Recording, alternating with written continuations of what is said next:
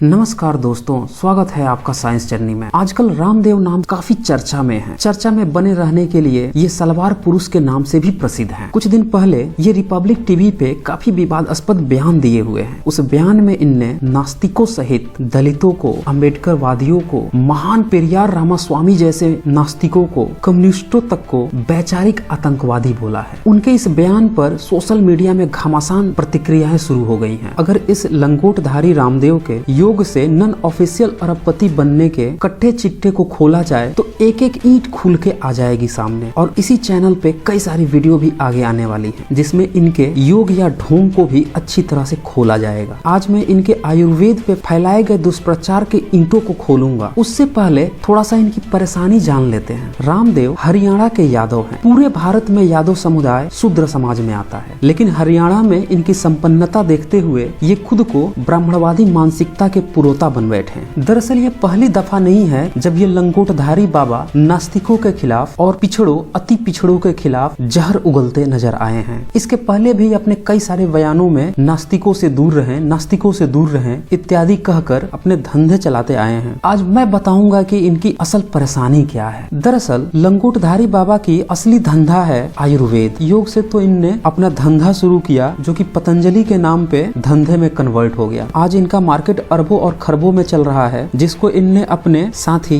बालकृष्णन को सौंप रखा है। ये वही बालकृष्णन है जो दिन रात शाकाहारी और मांसाहार से दूर रह के रट्टे लगाते रहते हैं। इसमें ये लंगोटधारी बाबा भी हर जगह शाकाहार के उपदेश देते नजर आते हैं और ये कहते हुए ये लोग प्रचारित करते फिरते हैं कि आयुर्वेद के प्रोडक्ट खाओ, आयुर्वेद के प्रोडक्ट खाओ, पतंजलि के प्रोडक्ट खाओ, क्योंकि ये जड़ी बूटियों से बने हैं। इनमें किसी भी मांस, मछली, गुह, गोबर, किसी जानवर की टट्टी इत्यादि नहीं है। और उसी को ये स्वदेशी बताकर भारत की बहुजन जनता जो कि 90% से भी ज्यादा है कि बेवकूफ बनाते नजर आए हैं। उन्हीं से पैसे ऐंठते रहे यह बताकर, और आज उन्हीं को ये दिन रात गाली देते हुए नजर आ रहे हैं। तो दोस्तों इस वीडियो को आप अंतिम तक देखें। मैं दिखाऊंगा कि आयुर्वेद की जो थीम है, जो बेसिक कंसेप्ट है, उसी में ही न सिर्फ मांसाहार है बल्कि वो बातें लिखी हुई हैं जिससे कि आप सुनकर न सिर्फ चौंक जाएंगे बल्कि पूरे के पूरे आयुर्वेद को बहिष्कृत कर देंगे। दरअसल आयुर्वेद के बारे में धार्मिक धतुरों द्वारा फैलाया गया सबसे बड़ा दुष्प्रचार यह है कि आयुर्वेद में सिर्फ जड़ी बूटी इस्तेमाल होती है। आइए इस तथ्य की जांच करते हैं। सबसे पहले तो जैसे ही आयुर्वेद का नाम आता है, कुछ धार्मिक अफीमची यह प्रचारित करने लगते हैं वेद से निकला, वेद से निकला। और जैसे ही उनसे आप पूछ दो कि वेद के उन मंत्रों को तुम पेश करो जिसमें ये सारे आयुर्वेद के इलाज लिखे हुए हों, तो फिर वो पतली गली से निकल लेते हैं। फिर कुछ और निठल्ले आते हैं जिनको लगता है कि उनके बाप दादों ने ही आयुर्वेद को पैदा किया है। वो फिर दो चार अलग अलग नाम गिनाना शुरू करते हैं, जैसे चरक का नाम गिनाएंगे, फिर सुश्रुत का नाम गिनाएंगे, फिर इनको सीधे 2000 साल पहले, 2500 साल पहले फिट करने की कोशिश करेंगे। और दो किताबें भी आजकल मार्केट में आ गई है पिछले 100 सालों के अंदर। एक का नाम है चरक संहिता और दूसरे का नाम है सुश्रुत संहिता। ये दोनों किताबें संस्कृत में लिखी हैं और देवनागरी लिपि में लिखी हैं। आप इसी से समझ सकते हैं कि देवनागरी लिपि, जिसको कि ब्राह्मणवादी मानसिकता के इतिहासकार भी 1000 साल से पीछे नहीं बता सके हैं आज तक, उसमें लिखी किताबों को ये 2500 साल पुराना, 2000 साल पुराना बता रहे हैं। फिर भी इन धूर्तों की अगर बात को एक पल के लिए मान भी लिया जाए कि चलो तुम ये तो नहीं साबित कर सकते कि ये किताबें पुरानी है, लेकिन अगर यही किताबें फिर भी तुम्हारे आयुर्वेद का सोर्स हैं, तो इन्हीं किताबों के हवाले से मैं इनको पूरी तरह से नंगा करूंगा। और तब आप जान जाएंगे कि यह रामदेव क्यों नास्तिकों से नफरत करने वाला बंदा है। कुछ उदाहरण देखें। चरक संहिता चिकित्सा स्थानम, अध्याय 6, 19 श्लोक। अर्थात प्रमेह से पीड़ित रोगियों को विस्कर, तितर की जाति का एक पंछी और प्रत्युद, चोंच मारने वाले बाज, तोता, कौवा आदि पंछियों का मांसरस तथा जंगली पशु के मांसरस शोरबा के साथ यव का भात अथवा सूखा वाट्य, सत्तू और अपूप का आहार करना चाहिए। ये आयुर्वेद की किताबें प्रमेह यानी मूत्र के साथ धातु या शुगर गिरने पे ये इलाज बता रही है। तितर, बाज, तोता, कौवा, जंगली पशु या मांसरस और शोरबा खाने को, ये है शाकाहार इन तथाकथित आयुर्वेदाचार्यों का। अगर किसी को डाउट है कि क्या ये श्लोक आयुर्वेद के हैं, तो आपको मैं चरक संहिता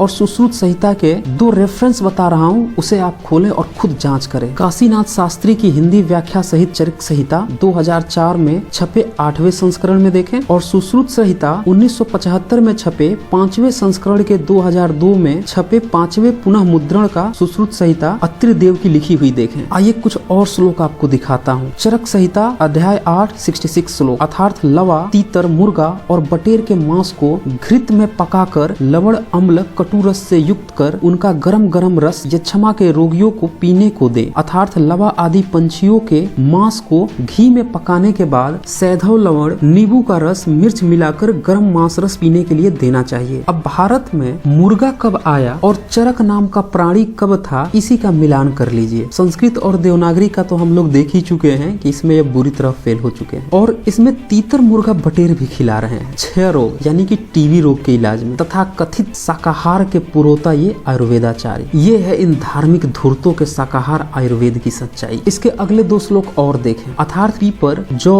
कुत्थी, सौंठ, खट्टे अनारदाने का रस, आंवला, इन द्रव्यों के साथ प्रचुर मात्रा में घृत साधित बकरे का मांस रस सोरबा पीना चाहिए। इस मांस रस के सेवन से पीनस यानी यक्षमा के 6 विकार शांत होते हैं। यहाँ पे शाकाहार के लाल भुजक्कड़ों ने बकरे का सोरबा भी पिलवा दिया आयुर्वेद के अपने शाकाहार में। इसी चैप्टर में 143 से 150 तक के बीच का श्लोक देखें। अर्थात यक्षमा रोग से पीड़ित को मोर का मांस खाने को देना चाहिए। इसके अलावा कच्चा मांस खाने वाले गिद्ध, उल्लू और चांस के मांस को विधि पूर्वक बनाकर यह मोर का मांस है ऐसा कहकर मरीज को देना चाहिए। कौवे के मांस को तीतर का मांस बताकर, सांप के मांस को वर्मी मछली बताकर, गंडूपड यानी कि केचुआ के मांस को मछली की भुनी हुई आंत बताकर, तथा इसी तरह लोमड़ी के नेवले, बिलार, गिद्दर के मांस को खरहे का मांस बताकर वैद्य खाने को दिलाएं। ये शाकाहार है, ये इसका आयुर्वेद का कोर कंसेप्ट है उन्हीं की किताबों से। सिंह, भालू, तरछू और व्याघ्र का मांस और इनके अलावा मांस खाने वाले दूसरे पशुओं व पंछियों का मांस मांसाहार के कारण पुष्ट है। इनका मांस तीक्ष्ण उष्ण लघु होने के कारण यक्षमा के रोगियों के लिए उत्तम होता है। क्या कोई जानवर बच गया है इन आयुर्वेद के इस शाकाहार से जिसके खाने के बाद क्षय रोग यानी कि टीबी का इलाज हो जाए? अरे हाँ, सलवारी बाबा के माताजी, अरे वो माताजी नहीं, ये वाली माताजी। चरक संहिता में अध्याय 8 158 श्लोक देखें, इन्हें भी निपटा दिया। अर्थात मोर, तीतर, मुर्गा, हंस, सुअर, ऊंट, गधा, गाय और भैंस का मांस रोगी के शरीर का मांस बढ़ाने के लिए यक्षमा रोगी के लिए उत्तम है। देखा यहाँ पे आपने, सुअर और गोमांस को भी खिला दी। अब जो गपोड़े आयुर्वेद वेद से निकला का तकिया कलाम लिए हुए दिन रात माला फेर रहे हैं, वो बताएंगे कि इस आयुर्वेद में गोमांस का मांस खाना कहाँ से आ गया और इसमें सुअर के मांस की भी बात हो रही है। क्या कोई ऐसा इस्लामिक बंदा है जो आयुर्वेद का इस्तेमाल कर रहा हो? ये है सच्चाई इनकी चरक संहिता और इनके आयुर्वेद की। कुछ धार्मिक धतूरे तो आयुर्वेद की संस्कृति देव की संस्कृति बताते हुए थकते नहीं। अब ये बताएंगे कि क्या गोमांस भक्षण ही इनकी देव संस्कृति है? ऐसा नहीं है कि सिर्फ और सिर्फ ये चरक संहिता में लिखा है, बल्कि सुश्रुत ने भी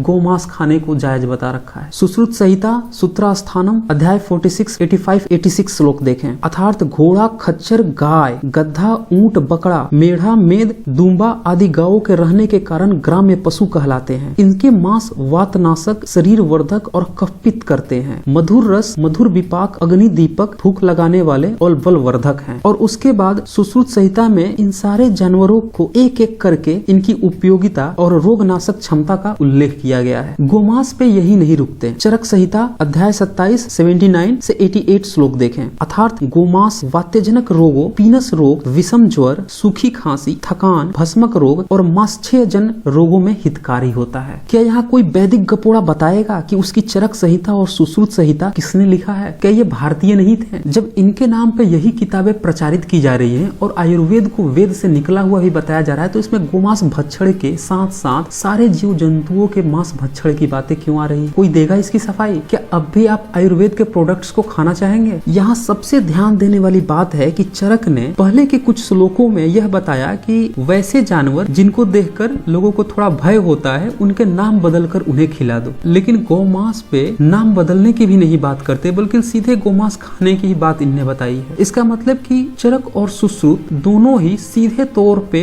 गोमांस भक्षण को जायज ठहराते हैं, और उस समय के हिसाब से अगर ये माना जाए कि ये बात सही भी है तो उनके हिसाब से उस समय यह जायज भी था। तो फिर आज उनके ये चेले अचानक से मांस के नाम पे भड़क क्यों रहे हैं? देंगे इसकी ये सफाई? और ये बातें मैं नहीं कह रहा, ये तो इनकी ही धार्मिक किताबें बक रही हैं। कुछ और श्लोक देखें। चरक संहिता अध्याय 8 163 से 165 श्लोक। इसमें मांस के साथ साथ दारू पीने का भी प्रावधान है। इसी तरह से चरक संहिता में अध्याय 13 97 से 98 श्लोक में मांस के साथ साथ मूत्र पीने का भी प्रावधान है। अब आप समझ सकते हैं कि क्यों ये दिन रात सिर्फ मूत्र पीने की ही बात करते हैं और गोबर खाने की बात करते हैं। बस मांस खाना ही भुला दिए हैं ये। आयुर्वेद यही नहीं रुकता, वह गोबर और जानवरों की टट्टी यानी कि लीद खाने की भी बात करता है। सुश्रुत संहिता अध्याय 9 20-21 श्लोक देखें। इसमें भेड़ का मूत्र, गाय बकरी आदि पशुओं के गोबर, लीद, हाथी के लीद इत्यादि को जलाकर पकाकर दवा बनाने का प्रावधान है। इसी का अगला श्लोक देखें। अर्थात हाथी की लीद को भली प्रकार का बनाए, छार को हाथी के मूत्र में घोलकर कई बार निथार लें, सिवत्र को घिस कर उस पर इनका लेप करें, इससे त्वचा के समान रंग आता है। अध्याय 11 के 11 श्लोक में सुश्रुत संहिता में खच्चर और गधे की लीद से दवा बनाने का नियम है। सुश्रुत संहिता के अध्याय 9 16वें श्लोक में चीते या हाथी की खाल से जलाकर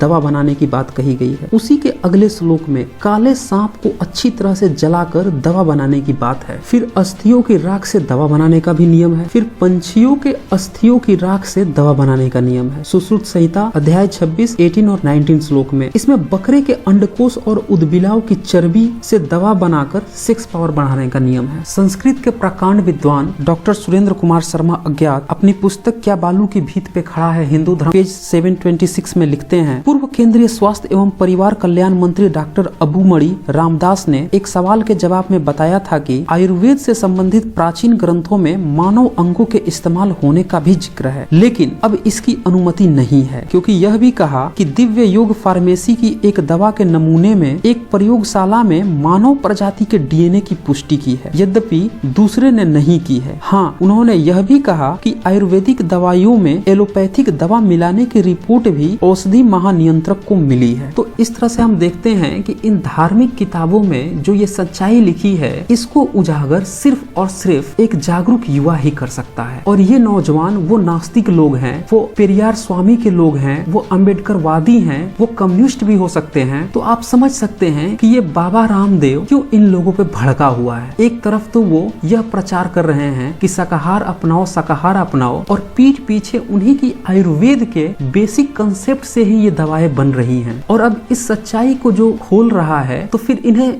दर्द किस बात का हो रहा है? सच्चाई एक्सेप्ट करने में ये ब्राह्मणवादी मानसिकता जैसी धार्मिक धतुरा बने क्यों फिर रहे हैं? क्या ये खुद को शूद्र समाज से बाहर निकलकर ब्राह्मण समाज समझने लगे हैं? बाबा रामदेव को यह बात समझनी चाहिए कि चने के झाड़ पर चढ़ने से कोई आसमान पे नहीं चढ़ जाता। जिन सीढ़ियों पर चढ़कर ये ऊपर पहुंचे हैं, उसमें इन्हीं भारतीयों की देन है, इन्हीं उन लोगों की देन है जो इनकी बातों को अब तक ध्यान से सुनते आए थे और सुन रहे थे। लेकिन मुझे नहीं लगता कि अब इनकी सच्चाई जानने के बाद कोई इन पे विश्वास भी कर पाएगा। जिन जड़ों से ये ऊपर उठ रहे हैं, उन्हीं जड़ों को ये काटने की कोशिश कर रहे हैं। और जिन लोगों का पक्ष ले रहे हैं, वो लोग कौन है? वो लोग हैं जो दिन रात लोगों को बेवकूफ बनाते हैं, बचे खुचे समय में जाकर मंदिर का घंटा हिलाते हैं। वो क्या जान पाएंगे कि इनके आयुर्वेद के पीछे की कहानी क्या है? क्योंकि उनमें से ज्यादा लोग शाकाहारी हैं, तो शाकाहार शाकाहार कह के उन्हें ये अपने मांसाहार की गोटी पिला रहे हैं। और जब इनके सच्चाई की बात आ रही है, तो ये फिर मुंह चिंघाड़ रहे हैं शूद्रों को और नास्तिकों को। तो दोस्तों, आगे भी मैं कई और वीडियो लाऊंगा जिसमें इनके योग और आयुर्वेद की ईंट से ईंट खोल दी जाएगी। तो दोस्तों, इस वीडियो को ज्यादा से ज्यादा शेयर करें ताकि सभी को पता चल सके कि आयुर्वेद शाकाहारी न होकर मांसाहार का है, जिसमें गोमांस, सूअर, गोबर, मूत्र, लीद, खाल आदि से बनता है। और इसको शाकाहार कह के ये सिर्फ दुष्प्रचार कर रहे हैं और लोगों को गुमराह कर रहे हैं। बाकी यह आपके ऊपर है कि आप अब इनके प्रोडक्ट को खरीदना चाहते हैं या नहीं। तो आज बस इतना ही। धन्यवाद।